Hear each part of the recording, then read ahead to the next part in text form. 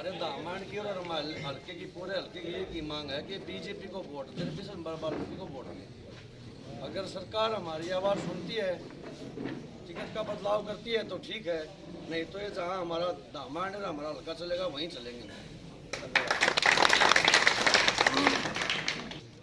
जय हिंद, जय भारत, जय वाल्मीकि।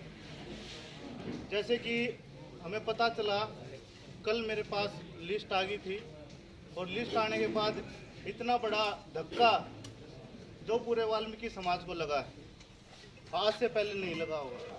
क्योंकि ऐसे ईमानदार नेता, ऐसे ईमानदार लीडर जिन्होंने पहली बार टीएससी की आवाज़ उठाई और आज पूरे वाल्मीकि समाज में, पूरे हरियाणा में एक खुशी का माहौल था कि हमें एक राजनीतिक लीडर मिल गया है। और हमारे उस राजनीतिक लीडर के साथ इस तरह का व्यवहार हम बिल्कुल बर्दाश्त नहीं कर सकते। हमें बीजेपी से कोई लेना देना नहीं है, हमें ना कांग्रेस से किसी से कोई लेना देना नहीं। हमें हमारे नेता, राजनीतिक नेता हैं विशंबर वाल्मीकि जी, हम इनके साथ हैं, पूरा युवा इनके साथ है। अगर इनको टिकट नहीं मिली, मेरे पास कल से फ़ोन आ रहे हैं, पूरी रात फ़ोन आते रहे, पहलवान जी क्या करना है, जसविंदर भाई क्या करना है। अगर हमारे भाई साहब कहते हैं, अगर ये कुछ भी नहीं कहते, फिर भी हम अटने के लिए तैयार हैं। बीजेपी की ईंट से ईंट बजा देंगे। सारा का सारा वाल्मीकि समाज निगाहें ताक कर मंत्री जी की तरफ देख रहा था कि आने वाले समय में ये जो टीएससी है लागू होगा। जिस प्रकार की इन्होंने ये हमारे साथ षड्यंत्र रचा है, इससे लगता है कि हमारा टीएससी भी लागू नहीं होगा आने वाले समय में। जब हमारी आवाज़ को ही बंद कर दिया जाएगा तो कौन हमारी आवाज़ उठाएगा? ये कौन कपूर वाल्मीकि कौन है, हम तो नहीं जानते। आज से पहले हमने कभी नाम ही नहीं सुना और ना ही हम चाहते, क्योंकि आज तक किसी नेता ने ऐसी आवाज़ नहीं उठाई थी। भरे मन से इन्होंने कहा, क्या वही गुनाह है? अगर ये हम मंत्री जी से बात करेंगे, भाई साहब से, और मैं कॉल दूंगा पूरे हरियाणा से, जहां कहीं भी एक आवाज़, एक कॉल जाएगी, पूरा हरियाणा का युवा वहां पर इकट्ठा होगा। और हम विशेष तौर पर जंतर मंतर पर प्रदर्शन करने जा रहे हैं टीएससी समाज का। वहां से भी हम ज्ञापन देंगे प्रधानमंत्री मोदी जी को कि इस तरह से जो हमारे साथ छल कपट हो रहा है, हमेशा से होता है।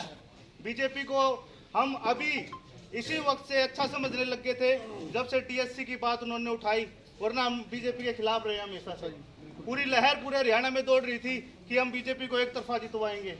पूरे के पूरे हमारे दाना, खटीक, सैसी, वाल्मीकि जातियाँ जितनी भी हैं, 35 की 35 जातियाँ कह रही थी कि हम बीजेपी को वोट देंगे, कि बीजेपी ने इतना अच्छा हमारे लिए कहा है। आरक्षण में वर्गीकरण किया है, आर्टिकल 14, 15, 16 के तहत जो हमें संविधान के अनुसार वर्गीकरण मिला है, उसके लिए हम बीजेपी का धन्यवाद भी कर रहे थे कि वो इसको लागू कर दे, पूरे देश में, हरियाणा में लागू कर दे।